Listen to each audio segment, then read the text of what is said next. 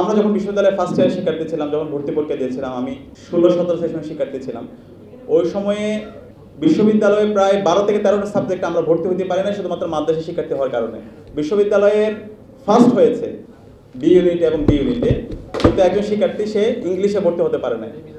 ভর্তি না হতে পারার মূল কারণ হচ্ছে সে মাদ্রাসা ব্যাকগ্রাউন্ড। তো এইভাবে শিক্ষার্থীদেরকে বঞ্চিত করা হয়েছে, তাদের অধিকারকে কেড়ে নেওয়া হয়েছিল, তাদের উপরে বিভিন্নভাবে জুলুম নির্যাতন করার বৈধতা দেওয়া হয়েছিল। এখন পর্যন্ত আজাদি পেলেও মাদ্রাসা শিক্ষার্থীদের উপর যে বঞ্চনা এবং মাদ্রাসার শিক্ষকদের উপর যে বঞ্চনা, সে বঞ্চনা এখন পর্যন্ত দূর হয় নাই। তা আমাদের দাবি থাকবে, এই স্বাধীন বাংলাদেশে আমরা ন্যায্যতা নিশ্চিত করতে চাই, আমরা ইনসাফ কায়েম করতে চাই। ফেসিবাদ মুক্ত বাংলাদেশে আলিয়া মাদ্রাসার উপর আজকের আলোচনা সবাই আমরা উপস্থিত হতে পেরেছি, আলহামদুলিল্লাহ। আমরা শুরুতে শ্রদ্ধার সাথে স্মরণ করছি জুলাই বিপ্লবের সকল শহীদদের, যাদের আত্মত্যাগের মাধ্যমে আজকে আমরা ফেসিবাদ মুক্ত বাংলাদেশ পেয়েছি। আজকে আলিয়া মাদ্রাসা থেকে শুরু করে বাংলাদেশের সর্বস্তরের শিক্ষার্থীরা তাদের মত প্রকাশের স্বাধীনতা পেয়েছে। প্রতিটি ক্যাম্পাসে ক্যাম্পাসে প্রতিটি শিক্ষা প্রতিষ্ঠানে গণতান্ত্রিক চর্চা অব্যাহত আছে। আলিয়া মাদ্রাসার প্রতিষ্ঠার প্রেক্ষাপট যদি দেখি আমরা, একটি ঐতিহাসিক সময়ে আলিয়া মাদ্রাসা প্রতিষ্ঠিত হয়েছিল, যখন আমাদের এই ভূখণ্ডে ব্রিটিশরা আমাদের উপর তাদের ঔপনিবেশিক শাসন ব্যবস্থা জারি করেছিল।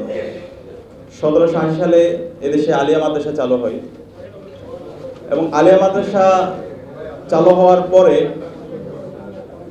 এখানকার এই ভূখণ্ডের যারা যোদ্ধা ছিল তারা তাদের লড়াইয়ের কথাগুলো তারা বলার চেষ্টা করেছেন এবং আলিয়া মাদ্রাসার ওই সময়ে আমরা দেখতে পেয়েছি আলিয়া মাদ্রাসা থেকে অনেক বড় বড় আলেমরা তৈরি হয়েছে। একই সাথে আধুনিক যুগোপযোগী যে জ্ঞান দরকার, সে জ্ঞানের সমন্বয়ে আমরা ওই সময়ের অনেক মানুষ তৈরি হতে দেখেছি। এবং আলিয়া মাদ্রাসার মূল উদ্দেশ্য হচ্ছে একজন শিক্ষার্থী সে যেমন কোরআন, হাদিস, উসুল, ফিক এই বিষয়গুলো যেমন জানবে, একই সাথে সেই সমসাময়িক যে বিষয়গুলো আছে, রাষ্ট্রনীতি, সমাজনীতি, অর্থনীতি, পররাষ্ট্রনীতি, বিজ্ঞান, প্রযুক্তি, এই সব কিছু সম্পর্কে তার সম্যক ধারণা থাকবে। আমাদের এই বাংলাদেশ যখন স্বাধীন হয়, স্বাধীনতা পরবর্তী আমাদের সবার প্রত্যাশা ছিল এদেশের সকল শিক্ষার্থীরা তাদের সমান অধিকার পাবে। শিক্ষার যে মৌলিক অধিকার এবং সে অধিকারের জায়গায় ন্যায্যতা নিশ্চিত করা হবে। কিন্তু আমরা দেখতে পেয়েছি স্বাধীনতা পরবর্তী আমাদের দেশে যে শিক্ষা ব্যবস্থা, সেই শিক্ষা ব্যবস্থায় সবসময় আমাদের অন্য দেশের যে শিক্ষা ব্যবস্থা সেটা আমাদের উপর চাপিয়ে দেওয়া হয়েছে। আমাদের এখানকার যে শিক্ষা ব্যবস্থা এবং শিক্ষা কমিশনগুলো ছিল, এগুলো ছিল ভারতের প্রেসক্রিপশনে করা এবং যে কারণে আমাদের বিশেষ করে মাদ্রাসায় যে শিক্ষার্থীরা ছিল, আলিয়া মাদ্রাসায় যে শিক্ষার্থীরা ছিল, তাদেরকে সবসময় কর্নার করা হয়েছে, তাদেরকে সবসময় আদারি করা হয়েছে, তাদেরকে সবসময় মার্জিনালাইজ করা হয়েছে। তাদের এই মাদ্রাসা শিক্ষার্থী, আলিয়া মাদ্রাসা শিক্ষার্থী এই পরিচয়ের কারণে তাদেরকে বিভিন্ন জায়গা থেকে বঞ্চিত করা হয়েছে। এবং বিগত 16 বছরে যদি দেখি, এই শোষণের মাত্রাটা ছিল সবচেয়ে বেশি।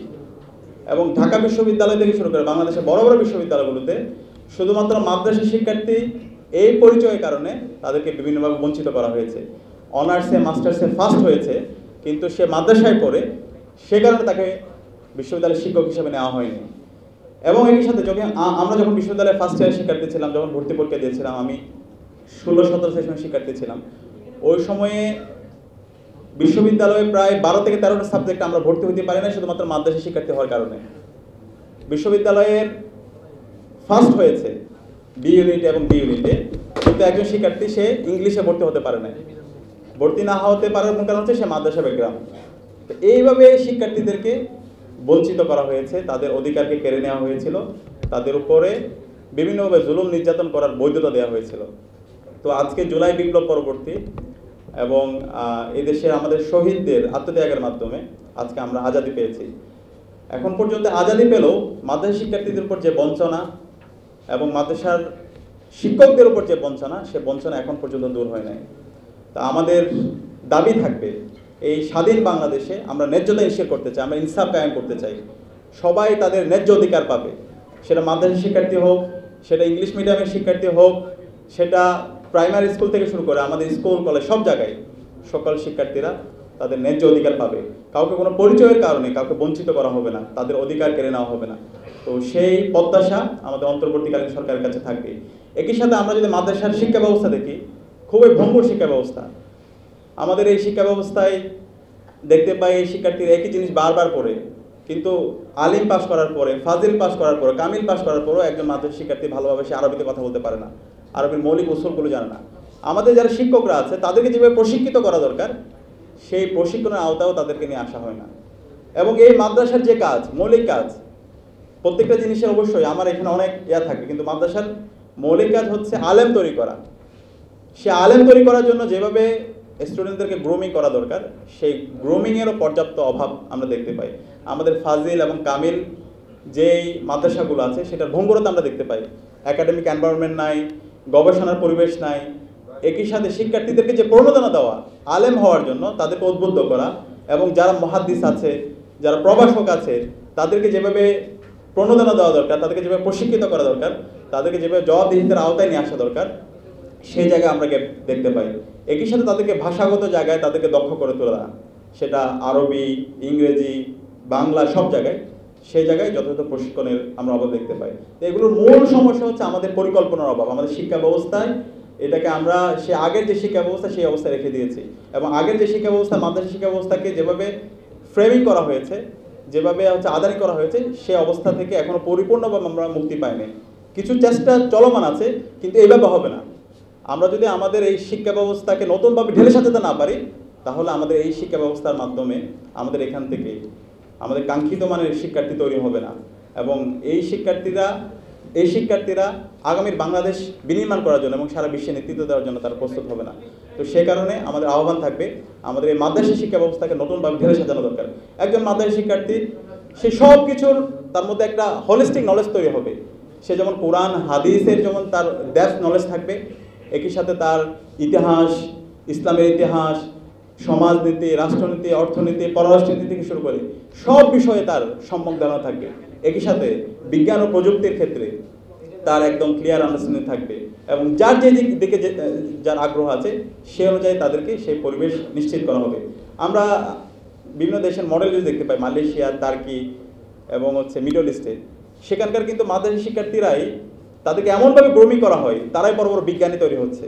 একই সাথে সে বড় বড় ইসলামিক স্কলার হচ্ছে, সে একই সাথে বড় সাহিত্যিক হচ্ছে, সে একই সাথে বড় পররাষ্ট্র নীতিবিদ হচ্ছে, সে বড় অর্থনীতিবিদ হচ্ছে। তো এইভাবে যদি আমরা তাদের যে মডেল, সেই মডেলগুলো এবং আমাদের এই মডেল যদি নতুনভাবে আপডেট করতে পারি, তাহলে অবশ্যই বাংলাদেশের মাদ্রাসার যে শিক্ষার্থী আছে তাদের মধ্যে যে সম্ভাবনা আছে, সেই সম্ভাবনাকে কাজে লাগিয়ে মাদ্রাসা শিক্ষার্থীরাই তাদের মাধ্যমে আমরা আগামীর বাংলাদেশের তাদের তাদের সম্ভাবনাকে কাজে লাগিয়ে বাংলাদেশের নেতৃত্ব আমরা বের করতে পারবো।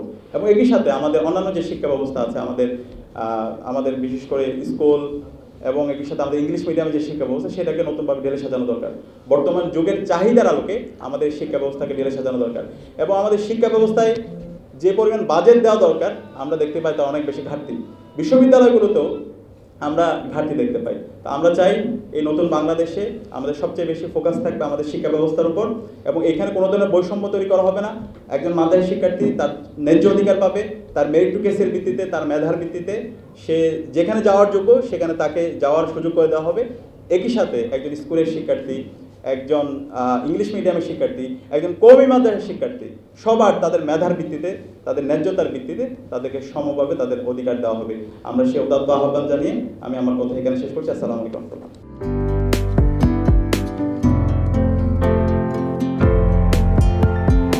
পহেলা জানুয়ারি 2025 ইউটিউব জার্নালিজমের অগ্রদূত changetv.press 6 বছর পেরিয়ে পা রাখল গর্বিত সাথে। আমি অত্যন্ত আনন্দিত হলাম যে চেঞ্জ টিভি আগামী কয়েকদিনের মধ্যেই 6 বছর পূর্ণ করবে। হাঁটি হাঁটি পা পা করে চলা শুরু করে এখন সে বেশ দৌড়াদৌড়ি করছে বলা যেতে পারে। ও নামটাও অত্যন্ত বলবো যে সিগনিফিক্যান্ট, যে চেঞ্জ, এই গণঅভ্যুত্থান কিন্তু চেঞ্জ সেই হিসেবে তোমার টেলিভিশনের, তোমার এই চ্যানেলের নামের একটা যথেষ্ট মিল পাওয়া যায়। আমার প্রত্যাশা যে এই গণ অভ্যুত্থানের যে প্রত্যাশা, যে আশা আকাঙ্ক্ষা, চেঞ্জ টিভি সেটিকে এগিয়ে নিয়ে যাবে। তোমাকে শুভেচ্ছা। চেঞ্জ টিভি যারা সম্পৃক্ত আছেন, যারা কর্মী আছেন, সামনে পেছনে সকলকে আমার শুভেচ্ছা।